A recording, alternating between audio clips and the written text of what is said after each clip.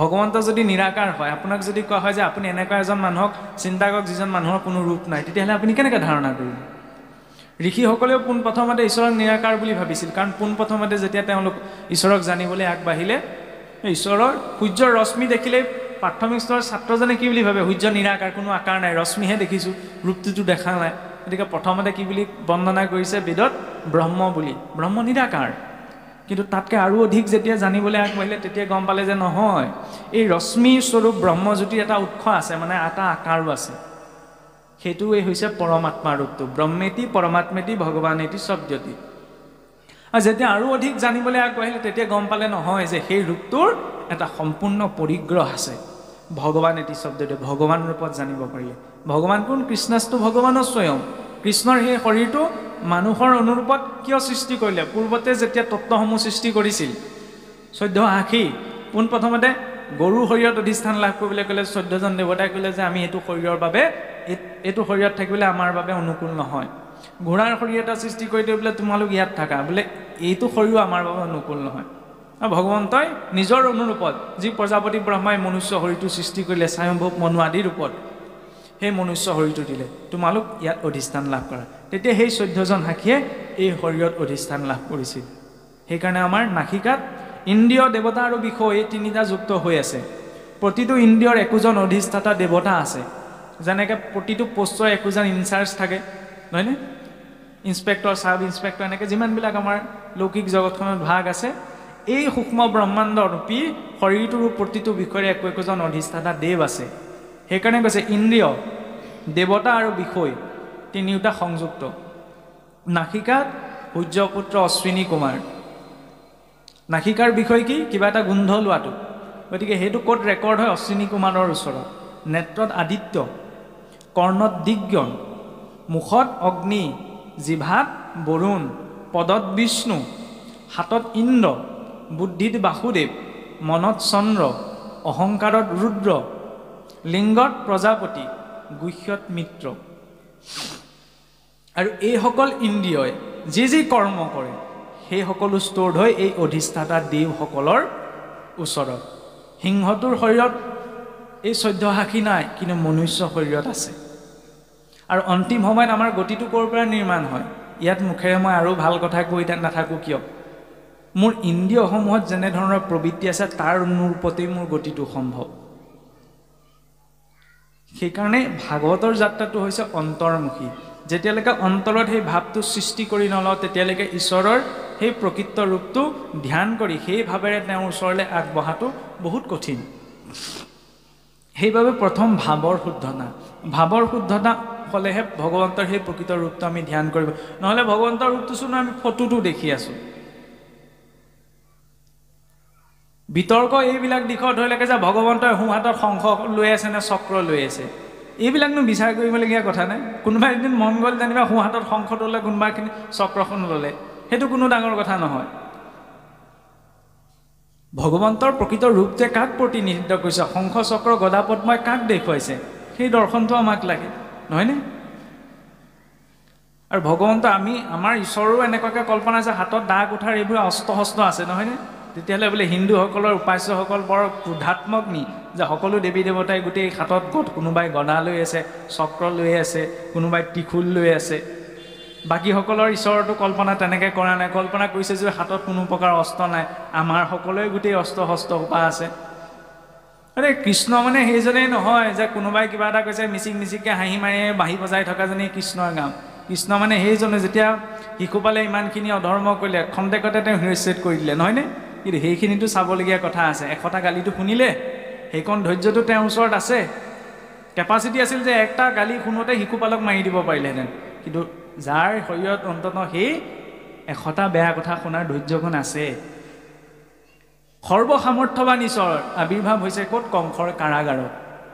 কিয়? লীলা বিস্তাৰৰ বাবে।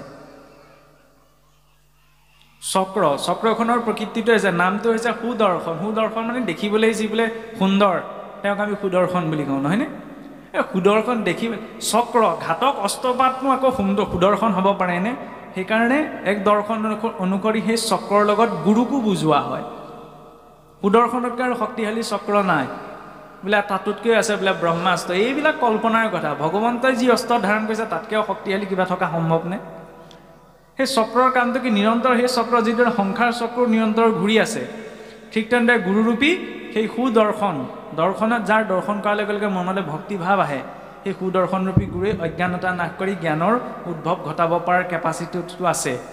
সেইবাবে চক্ৰৰ লগত গুৰুকো তুলনা কৰা হয়, শংখৰ লগত নামকো তুলনা কৰে। যিটোৱে শংখই আদিত ধ্বনি সৃষ্টি কৰে, আৰু সেই ধ্বনিয়ে হৈছে সৃষ্টিৰ আদি মূল, যাক শব্দ ব্ৰহ্ম বুলি কোৱা হৈছে। ন নাদেন বিনা জ্ঞানম, ন নাদেন বিনা শিৱঃ, নাদৰূপম পৰমম জ্যোতি, নাদৰূপম স্বয়ং হৰি। শব্দৰ জৰিয়তে শব্দ এটা উচ্চাৰণ কৰাৰ লগে লগে তাৰ সৈতে একোটা আকাৰো জড়িত হৈ থাকে। আজি পদাৰ্থ বিজ্ঞানী সেইটো প্ৰমাণ কৰি দেখুৱালে যে কোনোবাই যেতিয়া কিবা এটা বাক্য উচ্চাৰণ কৰে তাৰ সৈতে জড়িত এটা ৰূপো থাকে। ঠিক তেনেদৰে ভাৰতীয় বৈদিক সংস্কৃতিত কিটো কল্পনা কৰে যে প্ৰথম প্ৰণৱ ধ্বনি উচ্চাৰিত হ'লে প্ৰণৱ ধ্বনিৰ পাছত সৃষ্টিখন বিস্তাৰ হৈছে, প্ৰথম ধ্বনি আহিছে তাৰ পাছতহে সৃষ্টিৰ বিস্তাৰ হৈছে। সেইবাবে সেই ধ্বনিক শংখয়ো প্ৰতিনিধিত্ব কৰে, শক্তিক প্ৰতিনিধিত্ব কৰে কৌমুদকী গদাটিয়ে, আৰু নিৰ্মলতাক প্ৰতিনিধিত্ব কৰে পদ্ম পুষ্পপাহীয়ে। কাৰণ পদ্ম ফুলপাহত এতিয়া চাবলৈ গ'লে, এফালৰ পৰা চাবলৈ গ'লে পদুম ফুল পাহতকৈচোন গোলাপ ফুল পাহে ধুনীয়া। ভগৱন্তে হাতত গোলাপ ফুলো ল'ব পাৰে, পদুম ফুল পাহেনো কেলেই লৈছে? পদুম ফুলৰটো এটা সাধাৰণ লক্ষণ আছে, য'ৰ বীজটো ৰোপণ হয় বোকাত, কিন্তু সি বিকশিত হয় জলৰ ঊৰ্ধ্বত, আৰু বোকা পানীয়ে তাক স্পৰ্শ কৰিব নোৱাৰে। নিৰ্মলতা, কেনে নিৰ্মলতা? জীৱসকলে সংসাৰতেই থাকিব লাগিব, এই মায়াৰ সংসাৰৰ পৰা আঁতৰি কোনেও ভক্তি কৰাটো সম্ভৱ নহয়, কিন্তু নিৰ্লিপ্ত ভাৱত, সেইটো হৈছে নিৰ্মলতা। প্ৰয়োজনীয় বস্তুখিনি লাগিব, কিন্তু তাত যাতে আসক্তিটো উৎপন্ন নহয়, সেই নিৰাসক্ত ভাৱক প্ৰতিনিধিত্ব কৰে পদ্ম পুষ্পপাহী। এতিয়া পদুম ফুলপাহ যদি বোকাৰ পৰা আঁতৰাই দিয়ে তেতিয়া জানো ফুলপাহ ফুলিব? বোকাতেই দিব লাগিব, নহয়নে? গতিকে আমি মায়াৰ জীৱ মায়াতেই থাকিব লাগিব, কিন্তু যাতে আসক্তিয়ে আমাক বদ্ধ কৰাব নোৱাৰে, সেইকণ চেতনা আমাৰ ভিতৰত লাগিব। আৰু দ্বিতীয়তে আৰু এটা দৰ্শন আছে, পদুম ফুলপাহ যেতিয়া পাহটো মেলে তেতিয়া দেখিবলৈ সুন্দৰ লাগে, নহয়নে? এপাহ এপাহকৈ যদি পাতখিলা এৰুৱাই দিয়ে তেতিয়া দেখিবলৈ ভাল লাগিবনে? কেতিয়াওতো নালাগে। সেইকাৰণে সমাজ বুলি ক'লে যেতিয়া সকলো একেলগে থাকে তেতিয়াহে সুন্দৰ হয়। তেওঁ আমুক খেলৰ, এওঁ আমুক খেলৰ, আজিকালি যিবিলাক হ'বলৈ ধৰিছে আমাৰ সমাজবিলাকৰ, এওঁ আমুক সংগতিৰ, তেওঁ তামুক পন্থৰ, এইবিলাকৰ যেতিয়া সমাজ নহয়। যেতিয়া সমুদ্ৰ মন্থন কৰিছিল অসুৰ আৰু দেৱতা, কাহানী বা মিল আছে জানো? কিন্তু শ্ৰেষ্ঠ বস্তু অমৃতক পাবলৈ তেওঁলোক একেখন সমাজলৈ আহিব লগা হৈছিল। ইটোৱে সিটোক দেখিব নোৱাৰে, কিন্তু অমৃত বিচাৰিছিল কাৰণে একেখন সমাজলৈ আহিব লগা হৈছিল, নহয়নে? আমিতো অমৃত বিচৰা নাই, অমৃতৰ স্বজনকৰ্তা ঈশ্বৰক বিচাৰিছোঁ। গতিকে তেওঁক বিচাৰিবলৈ আহোঁতে পন্থ খেল নামত যদি ভাগ ভাগ হৈ আছে, তেতিয়া সেই পদুম ফুলপাহ ধাৰণ কৰাৰ সাৰ্থকতাটো ঈশ্বৰৰ ৰূপ চিন্তনত প্ৰকাশ নাপায়। তেনেদৰেও ভগৱন্তৰ চাৰি অস্ত্ৰৰ প্ৰকাশ আছে। গতিকে এনেধৰণৰ তাত্ত্বিক দৃষ্টিৰে যেতিয়া ভগৱন্তৰ সেই দিব্য ৰূপটো আমি মনত ধাৰণা কৰোঁ, তেতিয়া তেওঁৰ সেই স্বৰূপটোত মনটো নিবিষ্ট হয়। ৰূপটো সেইকাৰণেই লাগে। নিৰাকাৰ শব্দৰ অৰ্থ এইটো নহয় যে যাৰ আকাৰ নাই। নিৰ্গতা আকাৰ যস্মাৎ চ নিৰাকাৰ, য'ৰ পৰা সমস্ত আকাৰ নিৰ্গত হৈছে তেওঁক কোৱা হৈছে নিৰাকাৰ বুলি। কিন্তু আমাৰ কিছুসকলে এইটো অৰ্থ কৰে যে নিৰাকাৰ মানে কি যাৰ আকাৰ নাই। এতিয়া আৱশ্যকৰ বিপৰীত শব্দ কি? অনাৱশ্যক, নহয়নে? যদি ভগৱন্তৰ আকাৰ নাই এই কথাটো বুজালেহেঁতেন তেতিয়া প্ৰকৃত শব্দটো কি প্ৰয়োগ হ'লহেঁতেন? অনাকাৰ, নহয়নে? এতিয়া অনাকাৰ শব্দটোতো প্ৰত্যক্ষ ৰূপত প্ৰয়োগ হোৱা নাই, নিৰাকাৰ শব্দটো প্ৰয়োগ হৈছে। গতিকে নিৰাকাৰ মানে এনেকুৱা নহয় যে যাৰ আকাৰ নাই। হয়, কিছু কিছু ঠাইত অনাকাৰ শব্দটো প্ৰয়োগ হৈছে আকাৰ নুবুজাবলৈ, কিন্তু ঈশ্বৰৰ ৰূপৰ ক্ষেত্ৰত নহয়। ঈশ্বৰ হৈছে সদায় সাকাৰ স্বৰূপ। এই সাকাৰ স্বৰূপটো হৈছে ভগৱন্ত কৃষ্ণৰ দিব্য স্বৰূপটো। আৰু যেতিয়া সেই স্বৰূপটোৰ দৰ্শন ঋষি কদৰ্মই পাইছে তেতিয়া মনত কোনো ইচ্ছা নাই, কিন্তু ভগৱন্তই তেতিয়া ঋষি কদৰ্মক কৈছে যে হে ঋষি কদৰ্ম, তোমাক প্ৰজাপতি ব্ৰহ্মাই প্ৰজা সৃষ্টিৰ বাবে সংসাৰ ধৰ্ম নিবৃত্ত কৰিছে। গতিকে তুমি মোৰ আদেশতেই তুমি সংসাৰ ধৰ্মত প্ৰবৃত্ত হোৱা, আৰু সংসাৰ ধৰ্মত প্ৰবৃত্ত হোৱাৰ পাছত অন্তিম সময়ত মই তোমাক মুক্তি প্ৰদান কৰিম। এতিয়া ভগৱন্তই কৈছে, চাওক, আৰু ভগৱন্তই সেই আজ্ঞা যেতিয়া ঋষি কদৰ্মক প্ৰদান কৰিছে তেতিয়া ভগৱন্তই নিজে প্ৰস্তাৱ দিছে যে সেই ঋষি কদৰ্ম তোমাৰ বাবে, তোমাৰ গৃহস্থী আশ্ৰমৰ বাবে। গৃহস্থী আশ্ৰমখনত যে শ্ৰেষ্ঠ বুলি কোৱা হৈছে, শ্ৰেষ্ঠত্বটো আচলতে এইখিনিতেই প্ৰকাশ পায়, যাৰ জৰিয়তে নিজৰ লগতে বাকীকেইটা জীৱ তৰি যোৱাৰ পথটো প্ৰশস্ত হয়। সেইবাবে কোৱা হৈছে যে নুশুনে পৰম শাস্ত্ৰ গীতা ভাগৱত কিমতে ভকতি আৰু শৈবে মাধৱত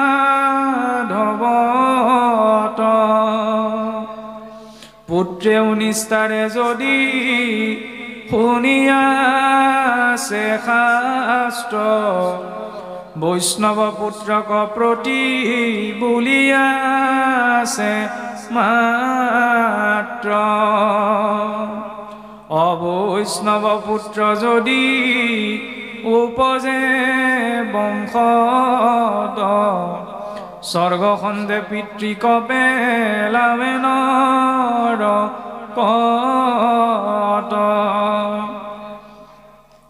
ঋষি কদৰ্মক আমি সংসাৰখনত কাৰোবাৰ ইষ্ট মিত্ৰ কুটুম্ব যি হৈছোঁ এইবিলাক সংসাৰধাৰৰ কথা, কিন্তু সংসাৰী বুলি ক'লে প্ৰকৃততে ভাৰতীয় সংস্কৃতিত কি বুজায়? এটা বৈষ্ণৱ পৰিয়াল। বৈষ্ণৱ মানে কিবা এটা পন্থ নহয়, বৈষ্ণৱ মানে সেই নীতি আদৰ্শ যি আদৰ্শত চাওকচোন বৈষ্ণৱ বুলিলে কাক বুজা যায়? ভৃগুৰীষে গৈ পেলাই ভগৱান বিষ্ণুৰ বক্ষত গৈ গুৰ মাৰি দিলেগৈ। দুই তিনিবাৰ মাতি আছোঁ, শুনা নাই কিয়? কিন্তু সেই বৈষ্ণৱজনৰ প্ৰতি ভগৱন্ত বিষ্ণুৱে কি ব্যৱহাৰ কৰিলে যে প্ৰভু মই নিৰ্ধাৰিত হৈ আছিলোঁ, আপোনাৰ উপস্থিতিৰ কথা গমেই নাপালোঁ। আমি সেইজন ইষ্টক উপাসনা কৰোঁ, নহয়নে? তেতিয়াহ'লে বৈষ্ণৱ বুলি ক'লে আমাৰ ভিতৰত সহনশীলতা শক্তিটো কিমান লাগিব? সেইকাৰণে গৃহস্থী আশ্ৰমখন পালন কৰোঁতে, পিতৃ মাতৃৰ সৈতে কথা পাতোঁতে, ল'ৰা ছোৱালীৰ সৈতে কথা পাতোঁতে, স্বামী স্ত্ৰীয়ে কথা পাতোঁতে, ইষ্টমিত্ৰৰ সৈতে কথা পাতোঁতে যদি এই সহনশীলতাটো থাকে তেতিয়াহ'লে সমস্যা কোনোখিনিতো সৃষ্টি নহয়। কিন্তু সহনশীলতাটো আমাৰ বৰ্তাই ৰখাটো অসম্ভৱ হৈ উঠে, সেইখিনিতেই কিবা এটা বিশৃংখলতা সৃষ্টি হয়। আৰু এই সহনশীলতাৰ কথা ক'বলৈ গৈ সেইকাৰণে কি কোৱা হৈছে চাবচোন, আমাৰ শাস্ত্ৰসমূহত সন্তান উপাৰ্জনৰ কথা কোৱা নাই। ব্ৰহ্মাদেৱে সন্তান সৃষ্টি কৰা নাই, পুত্ৰ সৃষ্টি কৰিছে, নহয়নে? ঋষি কদৰ্ম তেওঁৰ পুত্ৰ আৰু বৈষ্ণৱ ৰূপত সৃষ্টি কৰিছে। কাৰণ অবৈষ্ণৱ পুত্ৰ যদি বোলে উপজে বংশত স্বৰ্গখণ্ডে পিতৃক পেলাৱে নৰকত। অবৈষ্ণৱ মানে কি? যিজন সহনশীল নহয়, ঈশ্বৰৰ প্ৰতি শ্ৰদ্ধা ভক্তি নাই, নহয়নে? তেনেকুৱা সন্তান যদি বংশ পৰিয়ালত জন্ম হয় তেতিয়া নিশ্চয়কৈ সেই পৰিয়ালটোতো অধোগামী হ'ব। সেইকাৰণে কি কৈছে বৈষ্ণৱ। বৈষ্ণৱ বুলি কোৱাৰ লগে লগে খালি এইটো ভাবিব নালাগে একদম ফুট ধুতি লৈ একদম ভগৱন্তৰ গুণনাম গোৱাজনেই বৈষ্ণৱ। এইখিনি কিছুমান ব্যৱস্থা, কিন্তু বৈষ্ণৱ মানে সেইখিনি গুণক কোৱা হৈছে যিখিনি গুণৰ জৰিয়তে এজন ব্যক্তি সহনশীল হয়, ধৈৰ্যশীল হয়, ঈশ্বৰৰ প্ৰতি ভক্তি পৰায়ণ হয়। সেইবাবে কোৱা হৈছে যে পুত্ৰেও নিষ্ঠাৰে যদি শুনি আছে শাস্ত্ৰ বৈষ্ণৱ পুত্ৰক প্ৰতি বুলি আছে মাত্ৰ, যাৰ বাবে শাস্ত্ৰত বৰ বেছিকৈ সন্তান শব্দটো প্ৰয়োগ হোৱা নাই। সন্তাপ প্ৰদায়তে ইতি সন্তান হয়, সন্তানে সন্তাপহে দিয়ে, পুত্ৰ বুলি শব্দটো প্ৰয়োগ হৈছে। পুত্ৰ মানে ল'ৰাৰ কথাই কোৱা হোৱা নাই। পুংনাম নৰকাত্ৰায়তে ইতি পুত্ৰ হ, যে পিতৃ মাতৃ আমি সকলো পুংনামৰ নৰকত আছোঁ। এই পুংনামৰ নৰকৰ পৰা যি উদ্ধাৰ কৰাৰ সামৰ্থ্যতা ৰাখে সেইজন হৈছে পুত্ৰ। যিদৰে এতিয়া ঋষি কদৰ্ম আৰু আই দেৱহূতিৰ জৰিয়তে কপিল প্ৰভুৱে তেওঁলোকক উদ্ধাৰ কৰাৰ দৰ্শন দেখুৱাইছিল। গতিকে গৃহস্থী আশ্ৰমখনত প্ৰৱেশ কৰিছে ল'ৰা ছোৱালী লাগে, সেইকাৰণেই নহয়, তাৰ জৰিয়তে কোনোবা এজন মহাপুৰুষে এটা বৰ সুন্দৰ কথা কৈছিল যে মানুহে জীৱনটো এনেকুৱাকৈ যাপন কৰিব লাগে যাতে সমাজক আপোনাৰ আৱশ্যকতাটো অনুভৱ হয়।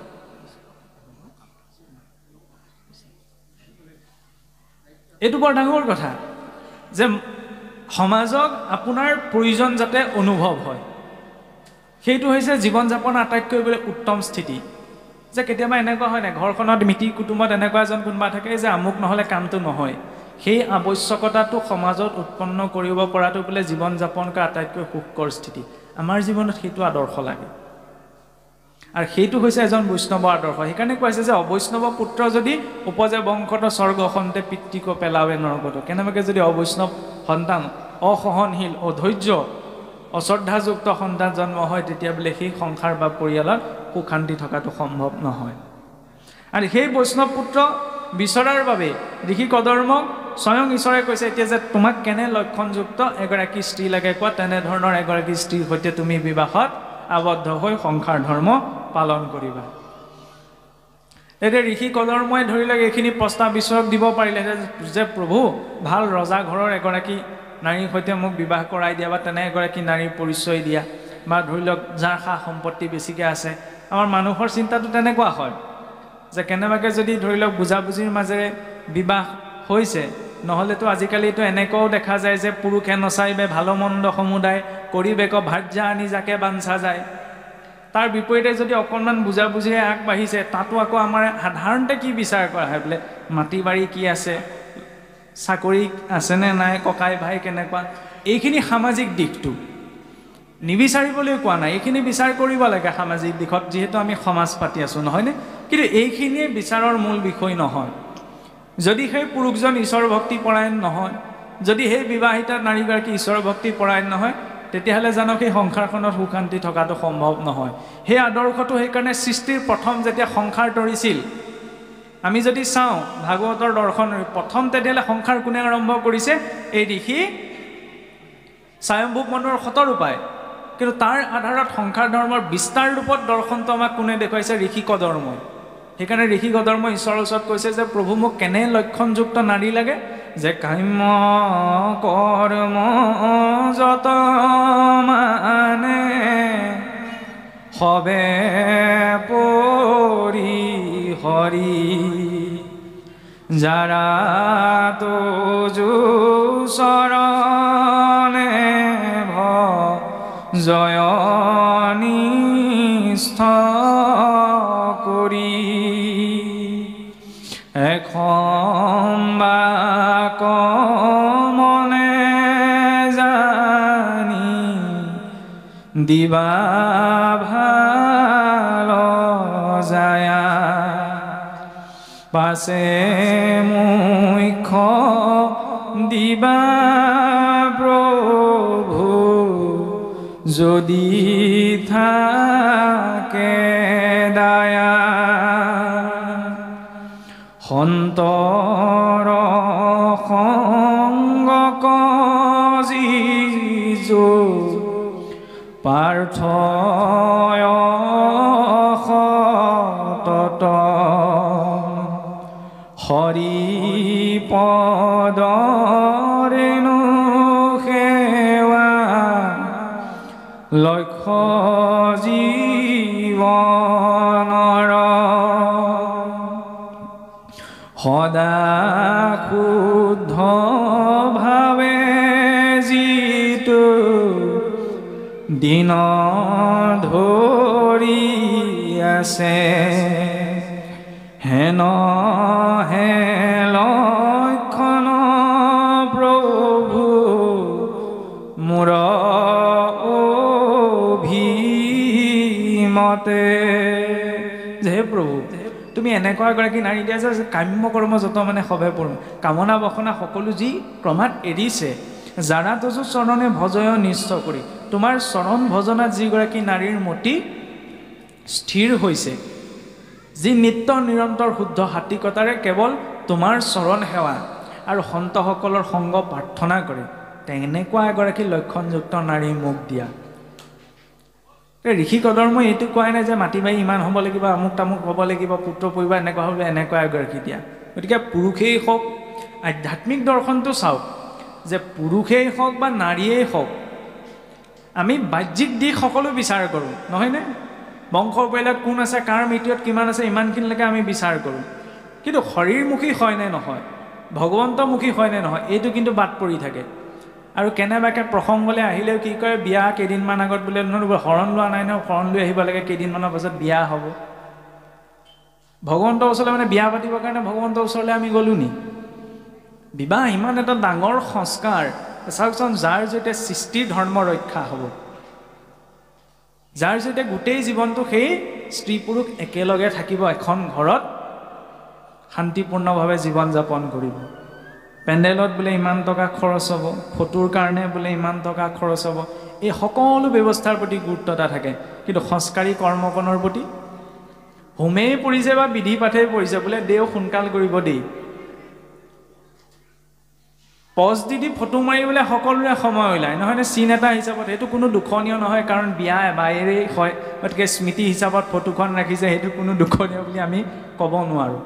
কিন্তু যিখন দেৱকৰ্ম, বৰ সাক্ষাৎ ভগৱন্ত নাৰায়ণৰ লগত যিদিনা তুলনা কৰা হয়, নাৰীগৰাকী সাক্ষাৎ লক্ষ্মীৰ লগত, সেই লক্ষ্মী নাৰায়ণ স্বৰূপ বৰে যেতিয়া দেৱকৰ্ম কৰি ঈশ্বৰক সাক্ষী কৰি ঈশ্বৰ আহে আশীৰ্বাদ দিবলৈ, সেইখিনি সময়ত যদি সেইকণ লৰালৰি কৰোঁ তেতিয়াহ'লে ঈশ্বৰৰ প্ৰতি যদি ধৈৰ্য নাই তেতিয়াহ'লে বাকী চোৱা জীৱনলৈ বৰ ধৈৰ্য আহিবনে?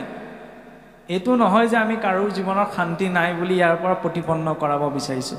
শান্তি আছে, কিন্তু যদি আৰু অকণমান গুৰুত্ব সহকাৰে আমি নিজৰ সংস্কাৰসমূহত গুৰুত্বতা দিওঁ তেতিয়া আৰু হয়তো প্ৰভাৱশালী হৈ উঠিব। তাৰ বাবে জনাটো প্ৰয়োজন।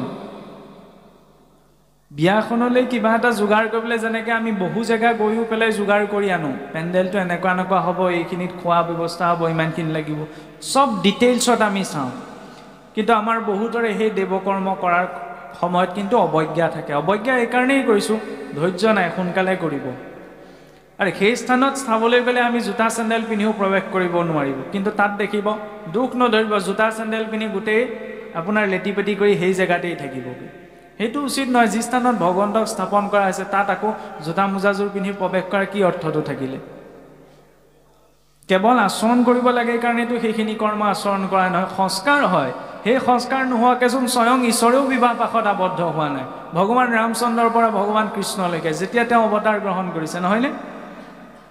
কিয় গুৰুত্ব এটা দিছে? কাৰণ সংস্কাৰতহে দ্বিজ উচ্চতে, সংস্কাৰী হ'লেহে তেওঁ দ্বিজ হয়।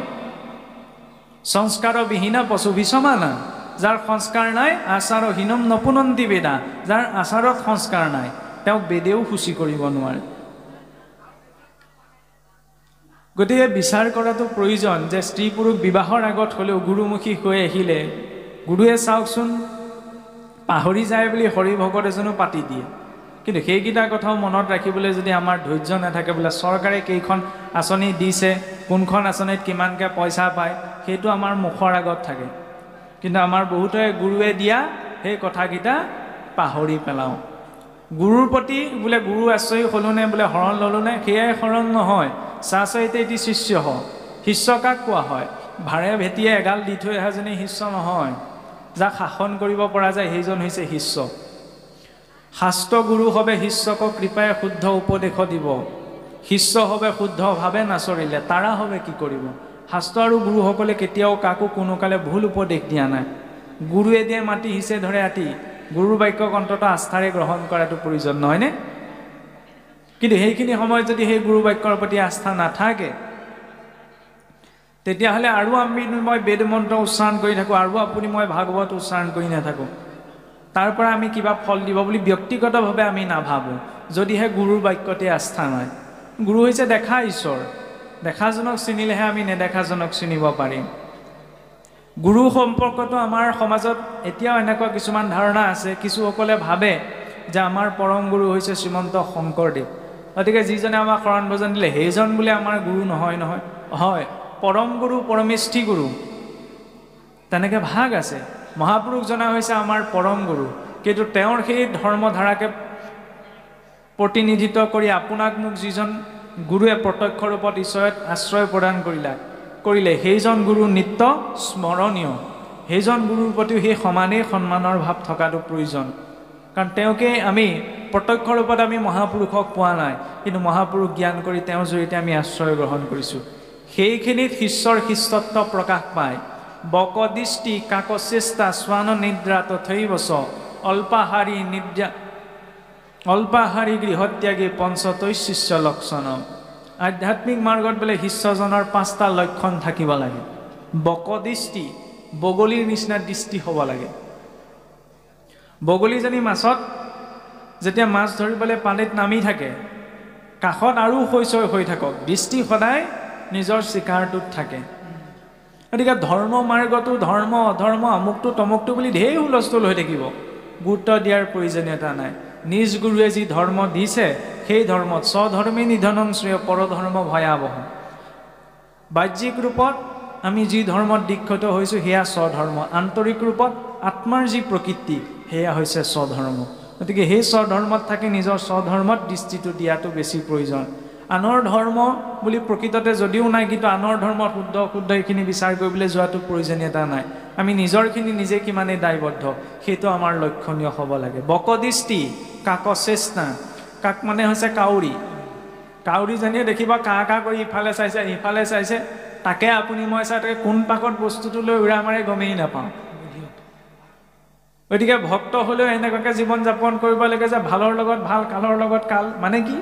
শত্ৰুজনৰ লগত, অতি বেয়াজনৰ লগত সেইজনক পৰিত্যাগ কৰিবলৈতো কোৱা হোৱা নাই, তেওঁকো ভালকৈ মাতষাৰ দিব লাগিব, কাৰণ তেওঁতোতো ঈশ্বৰেই আছে। গতিকে যাৰ লগত যেনে ব্যৱহাৰ, কুকুৰ চিগাল গদৰ ভৰু আত্মাৰ ৰাম বুলি কোৱা হৈছে যদিও এতিয়া মোকেই যদি কুকুৰ এটাই যদি খেদা মাৰি আহে, মই দণ্ডৱতে পৰি সেৱা কৰিম নে পলাম? নিশ্চয়কৈ পলাম, কাৰণ পৰিস্থিতি সাপেক্ষে যিটো আচৰণ।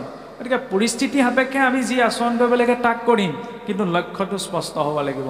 সেই কাউৰীৰ নিচিনা কা কৰি সকলোৰে লগত মিলি থাকিম, কিন্তু নিজৰ ধৰ্ম বস্তুটো হাতৰ মুঠিলে আমি আনিব পাৰিব লাগিব। বকদৃষ্টি কাকচেষ্টা শ্বান নিদ্ৰা তথৈবচ। শ্বান মানে হৈছে কুকুৰ। এতিয়া এনেই যদি আমি মানুহক সাধাৰণতে অসমীয়াত যদি এনেই কওঁ কুকুৰ বুলি কওঁ, সেয়া শুনিবলৈ কটু যেন লাগে, নহয়নে? কিন্তু সংস্কৃত হৈছে সংস্কৃত লোকৰ ভাষা। সেইকাৰণে চাবচোন সংস্কৃত ভাষাত ক'তো গালি নাই, আৰু গালিৰ নামত যিবিলাক শব্দ প্ৰয়োগ কৰোঁ সেইবিলাক শুনিবলৈ কোনো কঠোৰতা নাই। এতিয়া কাৰোবাক যদি আমি গাধ বুলিও কওঁ, শুনিবলৈ এইটো বেয়া লাগে বুলিব মোক গাধ বুলি ক'লে। সংস্কৃতত যদি কওঁ যে বৈশাখ নন্দন, কাৰোবাক যদি কোনোবাই বৈশাখ নন্দন বুলি কওঁ ভাবিব এইটো বহুত ভাল কিবা এটা কৈছে। কুকুৰ, শ্বানটোতো একো শুনিবলৈ কঠোৰ শব্দ নহয়। তাৰ অৰ্থ এইটো এইকাৰণেই কোৱা হৈছে যে পূৰ্বতে ঋষিসকলে বাক্যটো ইমান গুৰুত্ব এটা দিছিল, কাৰণ যেতিয়ালৈকে বাক্য সংযম নহয় তেতিয়ালৈকে জীৱৰ মনটো স্থিৰ হোৱাটো সম্ভৱ নহয়। অন্ন শুদ্ধৰ দৰে মন সংযমী হয়তো বেলেগ কথা, কিন্তু মন স্থিৰ হ'বলৈ হ'লে বাক্য সংযম হ'বই লাগিব।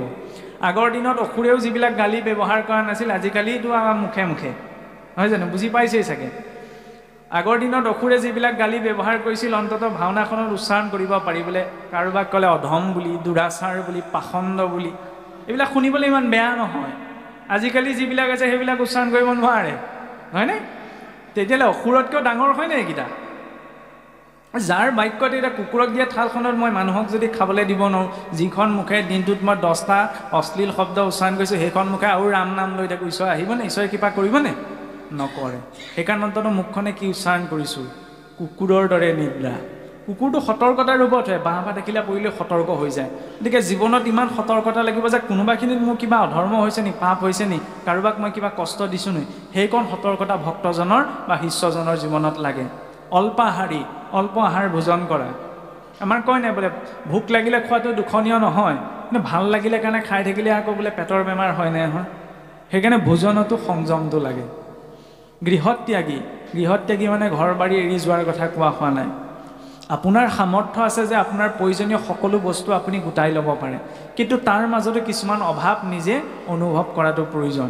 তেতিয়াহে সেই বিষয়বস্তুখিনিৰ মূল্যটো আমি বুজি পাওঁ। ল'ৰা ছোৱালীয়ে বিচাৰিলেই যদি চব বস্তু পিতৃ মাতৃয়ে গোটাই দিয়ে, তেতিয়া কাহানিও সেই বস্তুটোৰ মূল্য বুজি পাবলৈ সামৰ্থ্যৱান নহয়গৈ। সেইকাৰণে কিছুমান অভাৱ অনুভৱ কৰাৰো প্ৰয়োজন, আৰু বিশেষকৈ শিষ্য বা ভক্ত হ'লেতো জীৱনত বহুত অভাৱ অনুভৱ কৰাটো প্ৰয়োজন। অভাৱে জীৱনটো ধৈৰ্যশীল কৰে, পৰিপুষ্ট কৰে।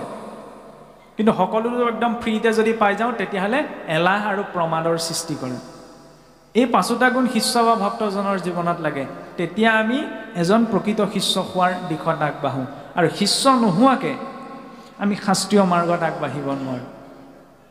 শুকদেৱকো বা শাস্ত্ৰকো গুৰু মানি আমি এই দিশত আগবাঢ়িব লাগিব। গতিকে এই 5টা লক্ষণ আমাৰ ভিতৰত লাগে। এতিয়া এই 5টা লক্ষণৰ আৰম্ভণি হয় সেই যিদিনা আমি গুৰুৰ ওচৰত আশ্ৰয় গ্ৰহণ কৰোঁ। সেইকাৰণে অকণমান জনা বুজা শক্তিটো অহাৰ লগে লগে গুৰুমুখী হোৱা ব্যৱস্থাটো লাগে। বহুতে ভয় কৰে কিজানি এতিয়াই শৰণ ভজন ল'লে নিজৰ ইচ্ছামতে খাবলৈ নাপাম। আমি এই কৈ থাকোঁ যে নাখাই পেলাই ভিক্ষাৰীজনো মৰা নাই, কিন্তু চিন্তাটো ঈশ্বৰ ভক্তিৰ ক্ষেত্ৰত আমাৰ চিন্তাটো ক'ত থাকে? নিজৰ ইচ্ছামতে খাবলৈ নাপাম। আপুনি মই ভজনীয়া হওঁ নহওঁ, যদি ভক্ষণ কৰিছোঁ তেতিয়াহ'লে সেইটো জীৱনত পাবই লাগিব। তাৰ পৰা ভজন লওঁ নলওঁ সেইটো বিচাৰ্য নহয়। শৰাইখন সজোৱা, নামষাৰ কেনেকৈ গাব লাগে, প্ৰসংগ কৰিব লাগে, পাঠৰ আসনত কেনেকৈ বহিব লাগে, এইখিনি তাত্ত্বিক দিশ ভজনৰ দ্বিতীয় পৰ্যায়ৰ বিচাৰহে। প্ৰথম কি? সদাচাৰখিনি। সেই সদাচাৰখিনিহে আমাৰ জীৱনত লাগে। ৰাতিপুৱা তেওঁ শুই উঠিছে, বহুত জীৱ সাৰ পায় ৰাতিপুৱা, কিন্তু যি গুৰুত আশ্ৰয় গ্ৰহণ কৰিছে তেওঁ সাৰ পাই পোনপ্ৰথমতে সেই ধন্যবাদটো ঈশ্বৰক দিয়ে। সেইকাৰণে আগতে গুৰুসকলে এটা শ্লোক শিকাইছিল যে ৰাতিপুৱা শুই উঠিয়ে জন্ম কৰ্মৰ সাক্ষীস্বৰূপ এই 2খন হাত দৰ্শন কৰিবলৈ আমি ভাবিব লাগে যে কৰাগ্ৰে বসতে লক্ষ্মীম কৰ মধ্যে সৰস্বতীম কৰমূলে তু গোবিন্দ প্ৰভাতে কৰ দৰ্শনম যে মোৰ কৰৰ অগ্ৰত লক্ষ্মীয়ে নিবাস কৰক কৰৰ মধ্যত অৰ্থাৎ হস্তৰ মধ্যত বিদ্যায়ে নিবাস কৰক আৰু কৰৰ মূলত গোবিন্দই নিৰ্বাস কৰক আজিকালি আমাৰ এই শ্লোকটো সলনি হৈ গ'ল কৰাগ্ৰে বসতে মোবাইলম কৰ মধ্যে ফেচবুকম কৰমূলে তু হোৱাটছআপম প্ৰভাতে মোবাইল দৰ্শনম ৰাতিপুৱা আমাৰ সেয়া দৰ্শন হয় বাৰু হওক কোনো ডাঙৰ কথা নহয় সেইটো অন্ততঃ মোবাইলটো চাই ঈশ্বৰৰ চিত্ৰ এখন ৰাখিবলৈ যাতে ঈশ্বৰলৈ মনত পৰে তেওঁ দিলে কাৰণে সাৰ পাব পাৰিলোঁ নহ'লে কিমান মানুহ শুই থাকোঁতে মৰি থাকিলে ঠিক নাই সেইকাৰণে পোনপ্ৰথম ৰাতিপুৱা শুই উঠিয়ে বোলে ঈশ্বৰক চিন্তা আৰু সেই ঈশ্বৰৰ বিষয়ে আমি কাৰ জৰিয়তে জানিব পাৰিলোঁ গুৰু কৃপাত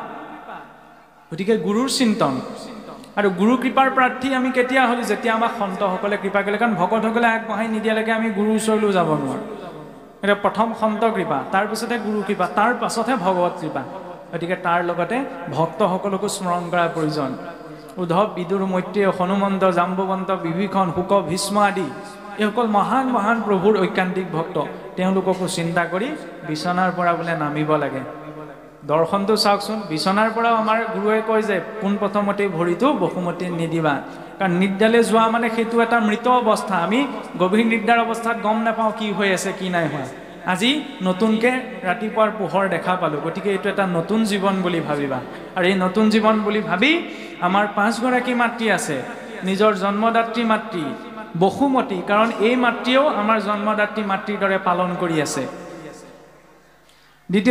তৃতীয়তে আছে গো মাতা পূৰ্বতে তো ভাৰতীয় প্ৰায়খিনি সংস্কৃতি পশুপালনৰ ওপৰতে গো পালনৰ ওপৰতে আছিল আজিকালিহে গো পালন কমিছে সেইটো বেলেগ কথা গতিকে সেই গোকো মাতৃস্বৰূপত জ্ঞান কৰা হয় আৰু পঞ্চমতে নিজ গুৰু পত্নী বা গুৰু মাতৃ গতিকে শুই উঠিয়ে বিচনাত ভৰিটো দিওঁতে এই বসুমতীৰ প্ৰতিও প্ৰণাম জনাবলৈ সমুদ্ৰে মেঘলে দেৱী পৰ্বত হস্তন মণ্ডলে বিষ্ণু পত্নী নমস্তুভ্যম পাদস্পৰ্শম ক্ষমস্বমে ইমানখিনি গাব নোৱাৰিলেও অন্ততঃ এইটো ভাৱনা কৰিব লাগে যে হে মাতৃ তুমি আমাক ধাৰণ কৰি আছা আৰু তোমাকেই মই ভৰিৰে স্পৰ্শ কৰিবলৈ আগবাঢ়িছোঁ তুমি যেন পুত্ৰৰে অপৰাধ ক্ষমা কৰা মই সেই ভাৱনা কৰি বিষ্ণু পত্নী বসুমতীক প্ৰণাম জনাইছোঁ এয়া অন্য দেৱী পূজা নহয় কিছুসকলে আকৌ কৈ দিব পাৰে যে এয়া অন্য দেৱী পূজা এয়া অন্য দেৱী পূজা নহয় প্ৰকৃতিৰ প্ৰতিটো বস্তুৰ প্ৰতি থকা সন্মানৰ বিনয়ী ভাৱ কাৰণ মাটিটো এক চেতনা শক্তি আছে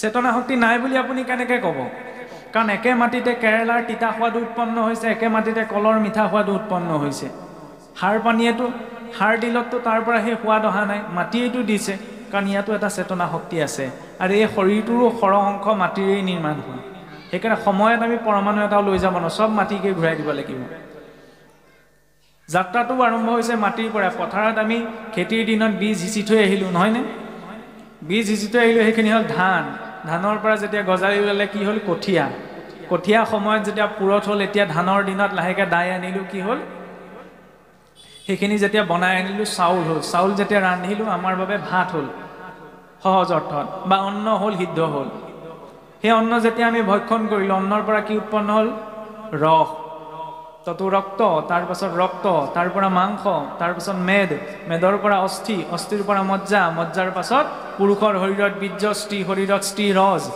পুৰুষৰ বীৰ্য আৰু স্ত্ৰী ৰজ যেতিয়া মিলিত হয় তেতিয়া গৰ্ভ উৎপন্ন হয় মাতৃগৰ্ভত সেই গৰ্ভ বিকাশ হৈ 9 মাহ 10 দিনৰ পাছত ভূমিষ্ঠ হয় ক্ৰমাঠি শিশুকাল তাৰপৰা যুৱককাল তাৰ পৰা প্ৰাপ্তবয়স্ক তাৰ পাছত বৃদ্ধকালৰ নিৰ্দিষ্ট বয়স পোৱাৰ পাছত এদিন মৃত হ'ব লগা হয় মৃত হৈ ক'লৈ যায় মাটিলৈকেতো যায় নহয়নে সেইকাৰণে আমাৰ জীৱনটোতো যাত্ৰা সেই মাটিৰ পৰা মাটিলৈ অভিমান কৰিবলগীয়া একো নাই এই বাস্তৱিকতাটো যিদিনা অনুভৱ হয়গৈ সেইদিনা মনত কোনো ধৰণৰ অহংকাৰ নাথাকে সেইদিনা আমি সচেতন হওঁ যে বিয়া পাতিবলৈ আগবাঢ়িছোঁ হয় প্ৰথমতে ঈশ্বৰমুখী হ'ব লাগিব কাৰণ শুদ্ধ পবিত্ৰতাৰে সেই বিবাহখন সংস্কাৰ হ'ব লাগিব কিন্তু আজিকালি এইটো কথাৰ প্ৰসংগতহে কৈছোঁ আগফালে আপোনাৰ ভকতৰ সেৱা পাছফালে ৰাক্ষসৰ সেৱা দুঠেঙীয়া চাৰিঠেঙীয়া দুটামান সোমাইহিয়ে নহয় তাত ভগৱন্তৰ মাংগলিক সেয়া মাংগলিক কৰ্ম কেতিয়াও হ'ব নোৱাৰে তাত লাগিলে আৰু অশ্বমেধ যজ্ঞ পাতি থাকক শুদ্ধতাৰে আচৰণ কৰাৰ প্ৰয়োজন গোটেই জীৱনটোলৈ আগবাঢ়িছোঁ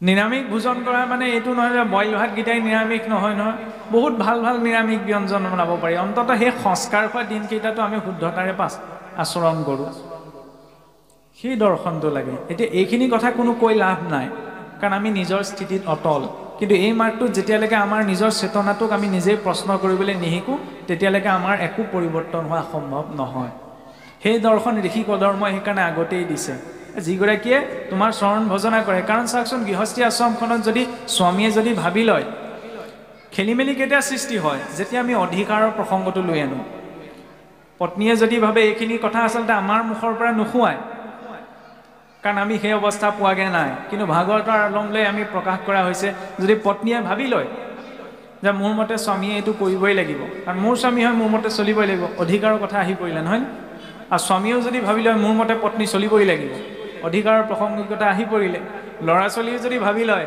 মোৰ মা দেউতা মই কৈছোঁ যেতিয়া গোটাই দিবই লাগিব অধিকাৰৰ কথা আহি পৰিলে খেলি মেলি সৃষ্টি হ'বই কিন্তু যদি ভাবি লয় যে তেওঁ ঈশ্বৰৰ এজন ভক্ত যে মোৰ পিতৃও ঈশ্বৰৰ ভক্ত মাতৃও ঈশ্বৰৰ ভক্ত আৰু পিতৃ মাতৃও ল'ৰা ছোৱালীৰ ওপৰত অধিকাৰ নেদেখুৱাই যদি ভাবে যে কেৱল মোৰেই সন্তান নহয় ঈশ্বৰে দিলে কাৰণে তেওঁলোকক পালোঁ নহয়নে গতিকে মোৰ মতেই যে চলিব লাগিব আমাৰ মতেই যে সকলো কৰিব লাগে এনেকুৱা নহয় তেওঁলোকৰো স্বাধীনতা এটা আছে কিন্তু স্বাধীনতাৰ নামত কিছুমান উৎপাত নহয় বোলে স্বাধীনতাৰ নামত বাইকখন বিচাৰিলে গোটাই দিলোঁ আইফোন বিচাৰিলে গোটাই দিলোঁ পিছত বোলে বাইকখন চলোৱা নাই বাইকেহে চলাই ফুৰিছে সেইটো অৱস্থা হ'লে বেয়া হয়গৈ সেইকাৰণে সংযমিতাটো লাগে এই সংযমী ভাৱটো থাকি পেলাই যেতিয়া অধিকাৰৰ প্ৰাসংগিকতাটো জীৱনৰ পৰা আঁতৰাই ৰাখোঁ তেতিয়া আমি ইজনে সিজনক যেতিয়া ভক্ত বুলি ভাবোঁ তেতিয়া সমস্যাটো নাইকিয়া হয় তেতিয়া ইজনে সিজনক আমি কটু বাক্য কৈ এইটো গোটাই দিবই লাগিব বুলি ক'ব নোৱাৰোঁ তেওঁ ঈশ্বৰৰ ভক্ত হয় সেইকাৰণে ভাগৱতৰ দৰ্শনে দেখুৱাইছে কাৰোবাৰ পিতৃ হোৱা মাতৃ হোৱা ককা হোৱা আইতা হোৱা পাছত প্ৰথমতে ঈশ্বৰৰ ভক্ত ঈশ্বৰৰ ভকত কিন্তু ভকত বুলি ক'বলৈ আমাৰ বহুতে লাজ কৰে এতিয়াই ভকত হ'ব হ'ল জানো কাৰণ ভকত বুলি ক'লে এই বুঢ়া বয়সত আপোনাৰ নাম পাঠ পঢ়িব পৰা ব্যক্তিজনেই বোলে ভকত আৰু তেনেকুৱা এটা ধাৰণা থাকে নহয়নে কিবা এটা গৃহস্থী ঘৰখনত পাতিলেও সকামটো হৈ গ'ল ভকতো গ'ল আৰু দেই আজৰি যেন ডাঙৰ সমস্যাৰ পৰাহে উদ্ধাৰ হ'ল এতিয়া সেইটো দৰ্শনত ভকতৰ চিন্তাটো হ'ব নালাগে ভকত বুলি সেইজনক কোৱা হৈছে চাওকচোন বোলে মায়া মোহ থাকিব নালাগিব এইবিলাক বহুত টান কথা পোনপ্ৰথমতে নামঘৰলৈ অহা ব্যক্তিজনক যদি কৈ দিয়ে যে আপুনি মায়া মোহ হেৰিহে ভকত হ'ব পাৰে পাঁচদিনীয়া পৰা তেওঁ নামঘৰলৈ নাহে এতিয়াই মায়া মোহ এৰিব লাগিব সাংঘাতিক কিবা এটা আমাক ভয় খুৱাই দিয়ে ভকত বুলি কোৱাৰ লগে লগে ভকত মানে সাংঘাতিক ইমান ভয় কৰিব লগা একো বিষয় নহয় ভগৱত চাওকচোন ভগৱন্তয়ো প্ৰহ্লাদে কৈছে যে প্ৰভুৰ সংসাৰত ইচ্ছা নাই ওলোটাই নিসিংহাই কি কৰি থৈ গ'ল যে হে প্ৰহ্লাদ তুমি সংসাৰ ধৰ্মত থাকা সংসাৰ ধৰ্ম পালন কৰা ভক্ত ধুবই ক'লে যে প্ৰভু মোৰ আৰু একো ইচ্ছা নাই তোমাক দৰ্শন পোৱাৰ পাছত এই বোলে তুমি কি কথা কৈছা তুমি যোৱা ৰাজ্যলৈ উভতি যোৱা ৰাজ্য শাসন কৰাগে সকলো কাম কৰোঁতে মোক চিন্তা কৰি কৰিবা তোমাৰ মুক্তি তাৰ পৰাই সিদ্ধ হ'ব ভাগৱতে কেতিয়াও সংসাৰৰ পৰা আঁতৰি ভক্তি কৰিবলৈ শিকোৱা নাই সংসাৰৰ পৰা আঁতৰি পেলাই ভকত হ'বলৈতো আমাক কোৱা নাই এইখিনি সামাজিক কৰ্মহে আমি সেইকাৰণে নিজকে ভকত বুলি ক'বলৈ অকণমান নিজৰ মনৰ পৰা লাজটো আঁতৰাব লাগে নহ'লে আজিকালি বহুতে ভকত বুলি ক'বলৈ লাজ কৰে কেলৈ লাজ কৰে এই এতিয়াই ভকত বুলি মানসিকতাটো কি সোমাই আছে সেই বৃদ্ধ বয়সত সকাম নিকাম খোৱা এটা চৰিত্ৰ সেইটো নহয় সেইখিনিতো সামাজিক কৰ্মহে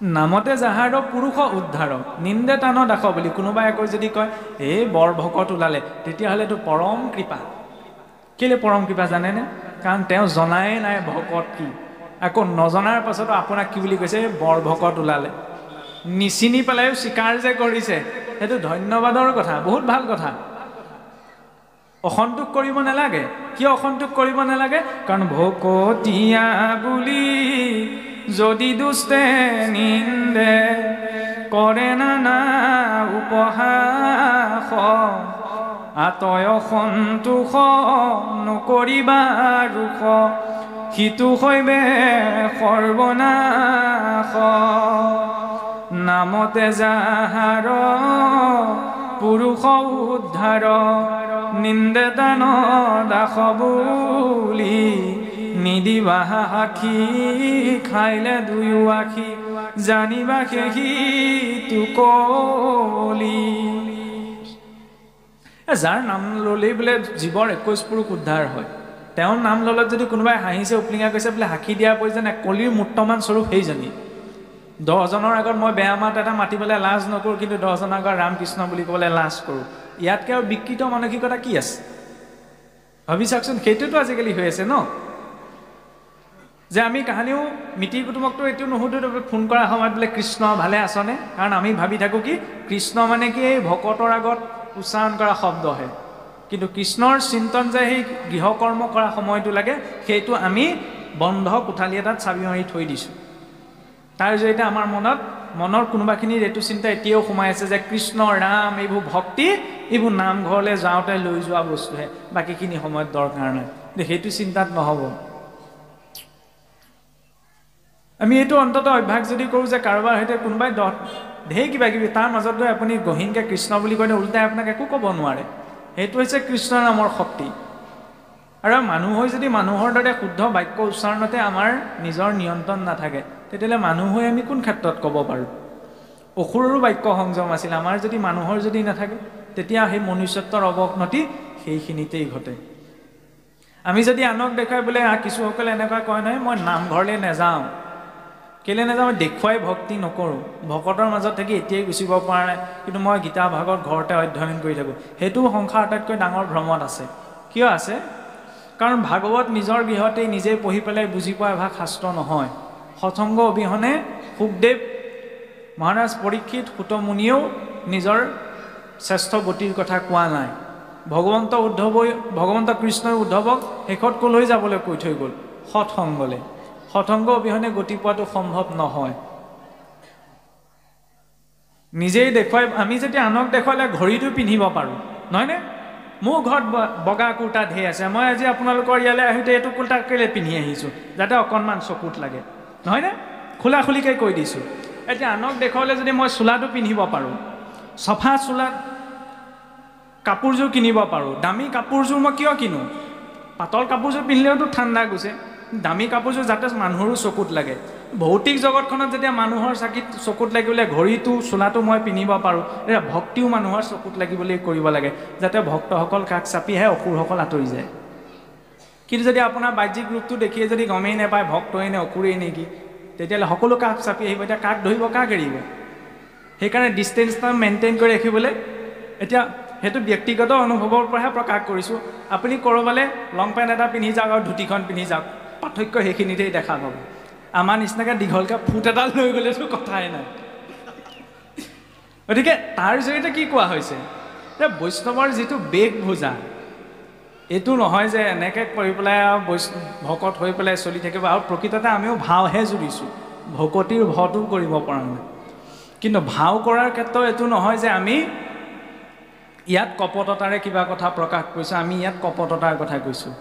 ভাও জোৰাৰ শব্দৰ তাৎপৰ্য আমি এইটোহে ক'ব বিচৰা হৈছে, যেতিয়া গাঁৱত ভাওনাখন পাতোঁতে কৃষ্ণ ভাওটো দিয়া হয়, এতিয়া সেই অভিনেতাজনে যেতিয়া কৃষ্ণ চৰিত্ৰটোত সোমাই পেলাই প্ৰৱেশ কৰে, তেতিয়া চাই থকা ৰাইজেও কয় যে সাক্ষাৎ কৃষ্ণ যেন লাগিছে দেই, মানে চৰিত্ৰটোৰ ভিতৰত সোমাই পৰিছে, নহয়নে? গতিকে আমিও শুদ্ধ ভক্তি কৰিবগৈ নোৱাৰোঁ, আমি ইমান মানে সংসাৰখনত বদ্ধ হৈ আছোঁ। সেইকাৰণে ছজন ঐকান্তিক ভক্ত নিৰ্দিষ্ট, হয়নে? উদ্ধৱ, বিদুৰ, মৈত্ৰেয়, জাম্বৱন্ত, বিভীষণ আৰু হনুমন্ত। তেওঁলোকক মাত্ৰ আমি অনুকৰণহে কৰিব পাৰোঁ। এতিয়া অনুকৰণ কৰিবলৈ যাওঁতে ভাওখন যাতে এনেকুৱাকৈ কৰিব যাতে দেখাসকলে কয় যে ভকত যেন লাগিছে দেই। এতিয়া এই ভাৱনাটো যাতে ভগৱন্তৰ ওচৰত উৎপন্ন হয়, কাৰণ মনুষ্যৰ ভিতৰতো সহস্ৰজনৰ ভিতৰত এজনেহে গতি পোৱা সম্ভৱ। মনুষ্যানাম সহস্ৰেষু কশ্চিৎ য়ততি সিদ্ধয়ে যততামপি সিদ্ধানাং কশ্চিৎ মানাং বেতি তত্ত্বতঃ। কিন্তু যেতিয়া আমি ভালকৈ ভাওখন আচৰণ কৰিম, তেতিয়া ভগৱন্তই কিজানি যদি ভাবে যে হয় দেই, ভকতৰ ভাওখন হ'লে ভালদৰে জুৰিছে, এওঁক পাছ কৰি আনিব পাৰি। কিন্তু যদি ভকতৰ চৰিত্ৰটোত আমি সোমাই পেলাই ভালদৰে ভাও ধৰিব নোৱাৰোঁ, তেতিয়াহ'লে ইউনিফৰ্মযোৰ কাৰ পিন্ধিছোঁ? ভকতৰ। যি ভকতক ভগৱন্তই ইমান ওপৰলৈ উঠাই থৈছে যে মুহুৰ উদৰে আছে যতেক ব্ৰহ্মাণ্ড ভকতৰ ধূলা পৰি পবিত্ৰ প্ৰত্যেক। বোলে মোৰ এই বিৰাট শৰীৰত যিমান ব্ৰহ্মাণ্ড ব্যাপ্ত হৈছে সকলো বোলে ভকতৰ ধূলা পৰি পবিত্ৰ হৈছে, ভকতক ইমান ওপৰলৈ উঠাই থৈছে। এতিয়া সেই ভকতৰ সাজযোৰ পিন্ধি যদি ভকতৰ বাবে নিষেধ কৰাখিনি কৰি আছোঁ, তেতিয়াহ'লে আটাইতকৈ মাধমাৰটো মোৰ ওপৰতে নপৰিবনে? জয় বিজয়কে সোধাই নেৰিলে বৈকুণ্ঠৰ পাৰিষদ। বৈকুণ্ঠ এনেকুৱা এখন স্থান যি স্থানলৈ গ'লে জীৱ আকৌ সংসাৰলৈ আহিব নালাগে, অকণমানহে অহংকাৰ কৰিছিল, কিন্তু সেই স্থানৰ পৰা সহায় পঠাই দিয়া নাই জানো? য'ত কোনো ধৰণৰ কুণ্ঠা থাকিবই নোৱাৰে সেইখন হৈছে বৈকুণ্ঠ। নিজৰ মানুহকে সোধাই এৰা নাই। কৰোণাময় বুলি যেতিয়া আমি ভগৱন্তক কওঁ, কালৰ মূৰ্তিও সেইজনীয়ে নহয় জানো? সেইকাৰণে ভয়টোও বৰ্তাই ৰখাটো প্ৰয়োজন কাৰণ হিচাপ সকলোৱে বাৰু হিচাপ কৰাত ভগৱান আটাইতকৈ পাৰফেক্ট 0.001% বেছিকৈ নিদিয়ে 0.001% কমকৈ নিদিয়ে সেইকাৰণে যি কৰ্মই নহওক কাৰণ আমাৰ ইয়াত থকা সকলোতো লোকটো গৃহী লোক আৰু গৃহী লোকৰ আটাইতকৈ ডাঙৰ কৰ্মটো হৈছে গৃহস্থী আশ্ৰমখনত প্ৰৱেশ কৰাটো গতিকে সেই কৰ্মটো যেতিয়া ঈশ্বৰত অৰ্পণা হৈ যাব তেতিয়া সেই গৃহাশ্ৰমৰ জৰিয়তে নিজৰ লগতে গৃহখনৰ বাকী জীৱকেইটাও গতি পোৱাৰ পথটো প্ৰশস্ত হয় তেতিয়া সেই গৃহঘৰখনত কাহানি মিল নথকা জীৱকেইটা একেলগে থাকিব পাৰে মহাদেৱ শিৱ বৈষ্ণৱ দৰ্শনত ভগৱান বিষ্ণু আটাইতকৈ পৰম ভক্ত ৰূপত মহাদেৱক গ্ৰহণ কৰা হয় নে বৈষ্ণৱা নাম যথাসম্ভু মহাদেৱৰ পৰিয়ালটোলৈ চাবচোন ডিঙিটা আছে সাপ পুতেকৰ বাহন নিগনি সহজকৈ যদি কওঁ গণেশৰ বাহন মূচক নিগনি নহয় জানো তেওঁ পত্নীৰ বাহন সোমনন্দী নামৰ সিংহ আৰু তেওঁ আন এজন পুত্ৰ কাৰ্তিকৰ বাহন হৈছে কি ময়ূৰ সাপ ময়ূৰ নিগনি সিংহ আৰু তেওঁ নিজৰ বাহন নন্দী নামৰ ষাঁড় গৰু নহয়নে এতিয়া এই জীৱকেইটাৰ কাহিনী বা মিল আছেনে কিন্তু পৰিয়ালটোতো একেটাতে আছে গতিকে য'ত ভক্তি থাকিব য'ত বিনয়ী ভাৱ থাকিব তাত বিপৰীত গুণযুক্ত জীৱকেইটাও একেলগে থাকিবলৈ বাধ্য সেইটো হৈছে বৈষ্ণৱৰ পৰিয়াল তেনেকুৱা এটা পৰিয়াল লাগৰ দৰ্শনটো আমাক এই কদৰ্ম ঋষিৰ ভাৱনাই আগবঢ়াইছে